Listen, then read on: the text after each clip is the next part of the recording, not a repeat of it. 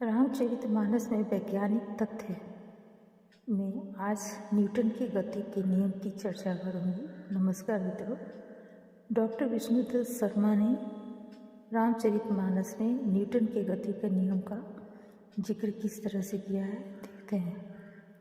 प्रकृति में जो रूपांतर, प्रकांतर या परिवर्तन होते हैं और उनके जो गुण, प्रभाव या प्रयोग आदि हैं, या प्रकृति के जगत में जो क्रिया प्रतिक्रिया होती हैं, उनको विधि पूर्वक जानने और उनके परीक्षण तथा प्रयोग करने का नाम ही विज्ञान है। भौतिकविद सर आइजैक न्यूटन ने सर्वप्रथम प्रकृति के इस परिवर्तन गति के नियम तैयार किए और निष्कर्ष पर पहुंचे कि प्रत्येक क्रिया की समान एवं विपरीत दिशा में अपनी प्रतिक्रिया होती है। संत कवि तुलसीदास जी ने भी वर्णन किया है कि हनुमान जी जिस बल से ऊपर उछलते उतनी ही शक्ति से नीचे की पृथ्वी नीचे पाताल में चली जाती। द्रष्टव्य है क्रिया प्रतिक्रिया का रामचरितमानस में उदाहरण। बार बार रघुवीर संहारी, आर के उपौनत नए बल भारी, जिहि गिरी चरण दिहे हनुमंता, चले सोगा पाताल तुरंता। सर जेम्स पी जूनियर ने इस प्रयोग द्वारा सिद्ध किया था कि दो वस्तुओं के घर्षण से उत्पन्न होती है। यद्यपि गर्मी उत्पन्न करना मनुष्य का आदि कार्य था, किंतु तुलसीदास जी ने सर जून से पूर्व ही घर्षण के सिद्धांत से अग्नि उत्पन्न होना स्वीकारा है। देखिए इस लाइन को। अति संघर्षपन जो कर कोई, अनल प्रगट चंदन ते होई, राम कथा मुनिवर बहुवर्णी, ज्ञान जोनि पावक जिमि अरणी। आधुनिक विज्ञान स्वीकारता है कि पदार्थ में गर्मी प्राप्त करने के तीन स्रोत हैं: संवाहन यानी कंडक्शन, संनयन कन्वेक्शन तथा विकिरण रेडिएशन। तीनों प्रकार के संचरित तापों में तीन ही प्रकार के लक्षण पाए जाते हैं, जिसको तुलसीदास जी ने अनेक स्थलों पर वर्णन किया है। दैहिक दैविक भौतिक तापा, राम राज नहीं काहू ही व्यापा। अन्यत्र इसको इति भीति जनु प्रजा दुखारी, त्रिविध ताप पीड़ित ग्रह भारी। महाकवि तुलसीदास जी ताप के गुणों का वर्णन करते हुए कहते हैं कि ताप में पदार्थ को पिघलाने की शक्ति है। निज परिताप द्रवई नवनीता, पर दुख द्रवही संत सुपुनीता। तक की पाला यानी बर्फ तो अपने वास्तविक रूप में अग्नि के पास पहुंच ही नहीं सकता। तात अनल कर सहज स्वभाव, हिमते ही निकट जाई नहीं काऊ। प्रकाश द्वारा अंधकार दूर करने के लिए मुख्य ताप स्रोत सूर्य है।